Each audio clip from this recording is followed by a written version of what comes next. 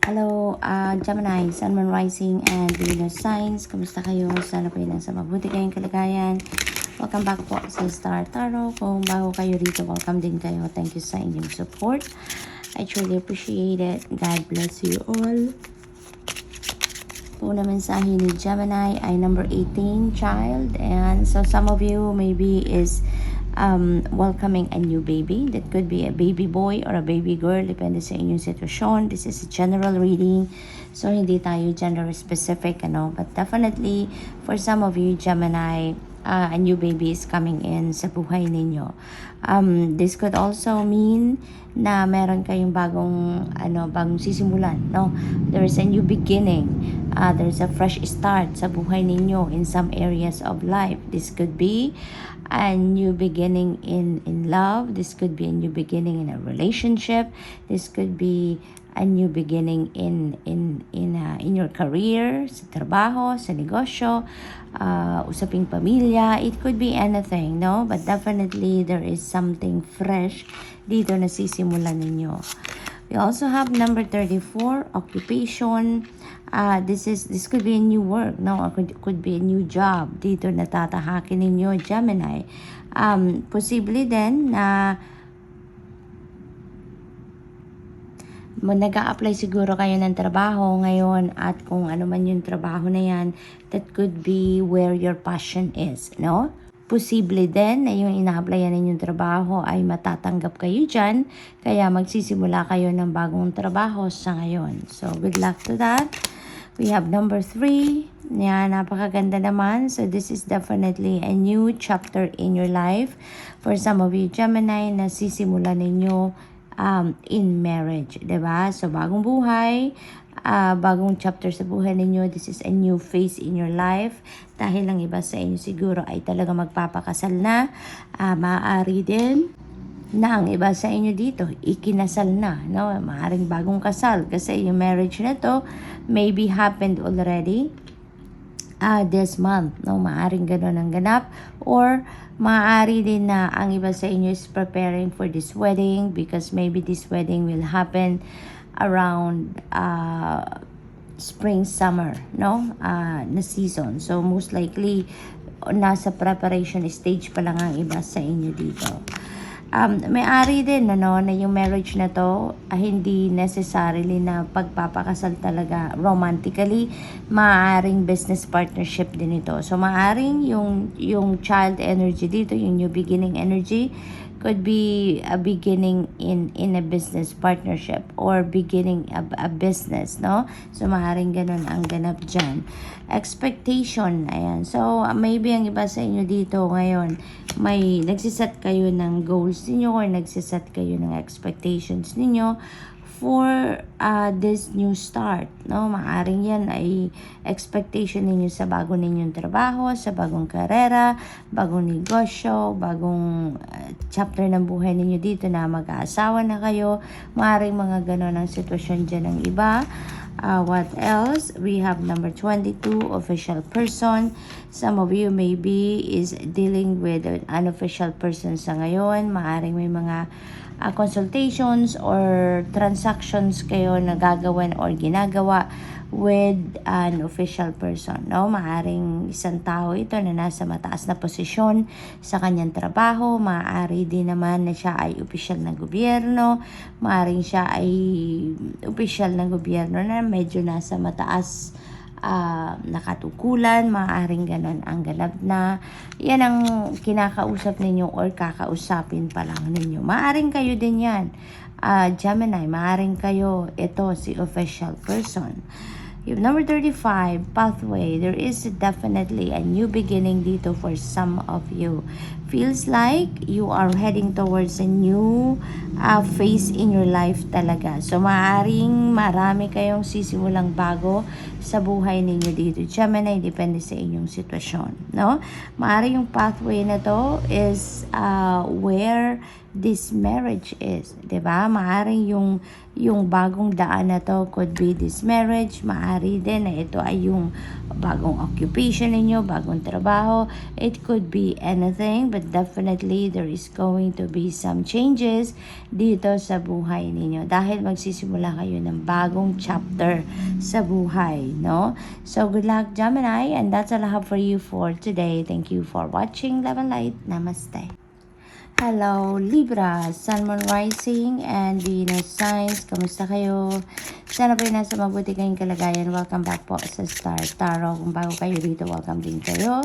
Thank you sa inyong support. I truly appreciate it. God bless you all. Po na mensahe ni Libra ay number 4, courtship. Ayan. So, ang iba sa inyo dito, it's either nagdi-date na siguro kayo or may dinidate na kayo or maybe you are may nililigawan or kayo yung merong manliligaw. So, maaaring ganun ang ganap dyan for some of you. We have number 14, message of concern. For others of you, Libra, maaaring makatanggap kayo dito ng letter, makatanggap kayo ng email, ng tawag, ng text, something na maaaring ipag-aalala ninyo. It could be linked, sa kahit ano pa man, trabaho, yung career ninyo, negosyo ninyo, mga tauhan ninyo, kung meron kayong mga tauhan, maaaring related din yan sa pamilya, mga ganong ganap dito for some of you, Libra. We have number 34, occupation. Ayan. So, Libra, maaaring trabaho, balitang trabaho ang panggagalingan nitong message of concern. Maaaring ganun din ang ganap. Posible din, na hindi naman sila related. Maaaring yung occupation na to, this could be a in-applyan ninyong trabaho at maaaring matatanggap kayo sa trabahong ito. Maaaring ganon.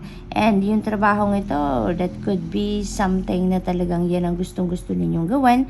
That could be something na yan talaga, that is where your passion is, yung ganon. Or, ito yung ninyo, ito yung matagal na ninyong pinapangarap siguro na trabaho. Kaya, maaari din na ikakatuwa ninyo ito, Yung ganon. So, what else? We have number 6, mature woman.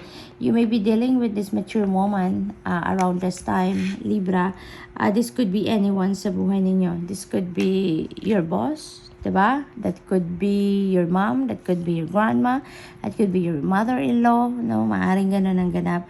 This could be anyone sa buhay ninyo. But this person is going to play a very significant role sa buhay ninyo sa ngayon. Okay?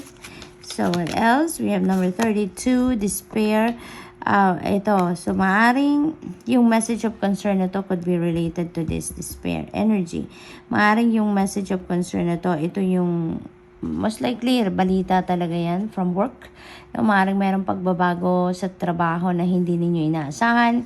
That could be, siguro, natapos dito yung kontrata ninyo ng mas maaga kaysa doon sa pinirmahan ninyo. Maaari din na yung message of concern na to could be linked sa layoff, Maaring may layoff dito or mali-layoff sa trabaho. Maaring ganun ang sitwasyon. It could be anything, but definitely that could be something na yun ngayon ang win-worry ninyo, pinoproblema ninyo. Maaring ito yung nagkukos ng despair sa inyo. Ito yung nagkukos ng problema sa inyo sa ngayon or ikinalulungkot ninyo. So, maaaring ganun ang sitwasyon dito for Libra. But we have number 5 dito kasi number 32 becomes 5. 3 plus 2 is 5. And number 5 resonates with change, Libra? Kaya wag kayong mag-alala. Kasi kung ano man ang sitwasyon ninyo dito, ano man tong parang nawawala na kayo ng pag-asa or pinag-aalala ninyo, that is going to change. Always remember, na wala namang sitwasyon na permanente. Kaya kahit ano man sitwasyon ninyo dito, that is going to change, okay? For the better. Kaya, ang isipin na lang natin ngayon, Libra, is how can you, diba? How can you change your situation right now for the better? Kasi, most likely, alam nyo na dito kung ano ang naging sitwasyon. Alam nyo na kung ano yung problema. Alam nyo na kung ano ang puno ng problema ito. So, you can make adjustments now. You can think about changes, no, sa sitwasyon ninyo. You can think of solutions na ngayon sa sitwasyon ninyo. Kaya doon na lang tayo, moving forward dapat ang iniisip natin, no? Para nang sa gayon mag-improve na ang inyong sitwasyon, makaisip na kayo ng posibleng solusyon and how you are going to improve, 'di ba? Kung ano man ang inyong pinagdadaan ng sitwasyon sa ngayon. Okay, Libra? So, what else? We have number 18. See, napakaganda. Napakaganda na magiging takbo ng sitwasyon ninyo sa ngayon. Kasi from message of concern, na problema kayo dito, nagkaroon ng sitwasyon na hindi paborable para sa inyo, pero merong new beginning energy. So, ibig sabihin nito, nalalapit na ang pagbabago, no? Or maaaring within your reach na ang pagbabago ng inyong sitwasyon dito for the better. Kasi, meron na naghihintay na new beginning. Meron na naghihintay na fresh start sa buhay ninyo, and that could be linked dito sa sitwasyon na to. So, kung ano man to, this is going to change very soon, and magsisimula na kayo ng bagong buhay, magsisimula na kayo ng bagong chapter sa buhay ninyo in that sense. So, good luck, Libra. That's all I have for you for today. Thank you for watching. Love and light. Namaste. Hello, Aquarius, Sun, Moon, Rising, and Venus signs. Kamusta kayo? Sana po ay nasa mabuti kayong kalagayan. Welcome back po sa Star Tarot. Kung bago kayo rito, welcome din kayo. Thank you sa inyong support. I truly appreciate it. God bless you all. Pauna mensahe ni Aquarius. Napakaganda naman. We have number 11, Sudden Wealth. Ayan. So, unahin natin yung mga synchronicity dito. Number 11 is a very powerful number that is also highly spiritual number, no? So, I suggest you please look up for the meaning of number 11 po. Master number 11 for more guidance. Meron din tayo isa pa. We have angel number 777, no? 7 is a very lucky number as well. So, ibig sabihin nito, no, na triple yung energy ng 7 dito sa reading ninyo. So, please look up for the meaning also of angel number 777 for more guidance po, okay? So, sudden wealth, merong biglaang parating na pera dito. May biglaang parating na financial gain, financial success, no, na prosperity and abundance sa buhay ninyo, Aquarius. Kaya napakaganda, napakaswerte ninyo at this time. Etong sudden wealth na to could be a win, could be a gift, could be something, no? Something na panggagalingan nito na hindi ninyo inaasahan, at saka hindi ninyo ito pinaghirapan. Hindi ito bunga ng inyong pagsisikap or pagtatrabaho, no, Aquarius? Kaya this could be a windfall talaga, a gift from the universe. Kaya napakaganda. So, what else? We have number 21, family room. Maaaring manggagaling ito sa inyong kapamilya. So, that could, for others of you, that could be inheritance, no? With the family room energy, meron siguro kayong pagtitipon dito with other family members. Maaaring meron dito pag-uusapang mahalaga.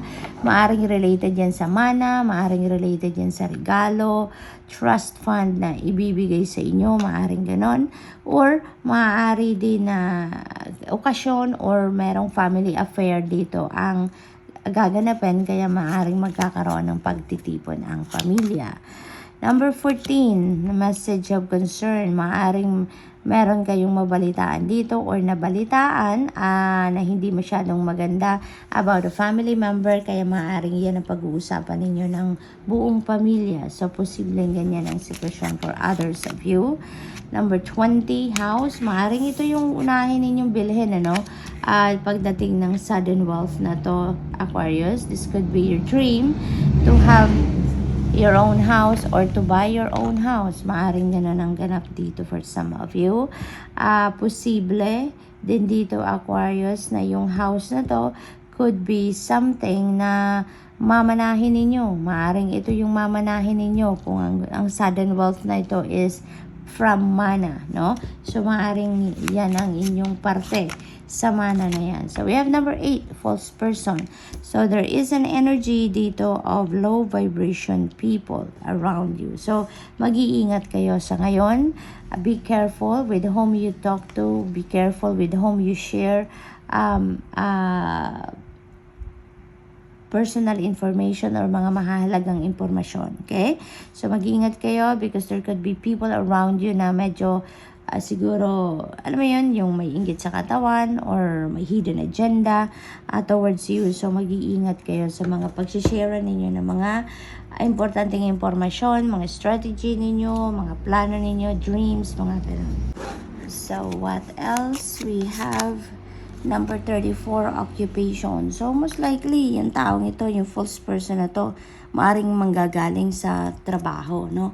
Maaring katrabaho na yan, siguro mga naiinggit sa'yo sa trabaho, or maaring nauungusan ninyo to sa trabaho, maaring ganun din ang ganap. Posible din na yung message of concern ninyo ito is related sa trabaho, no? Maaring ganun din ang ganap dito for some of you. Maaari din naman na yung pagpasok ng occupation energy na to sa ano ninyo sa reading ninyo could be siguro may bago kayong ina-apply na trabaho at maaring ito yon, ano, na kung ano man yan, maaring matanggap na ninyo yan or matanggap kayo dyan sa trabaho na yan, and posible din na kung ano man ang klaseng trabaho na yan, that could be where your passion is. Maaring yan ang pangarap ninyo, maaring yan ang dream ninyo na trabaho, or maybe sa trabahong ito, no, you are really enjoying what you do. So maaring ganun din ang ganap dito for some of you. So good luck, and that's all I have for you for today. Thank you for watching. Love and light. Namaste.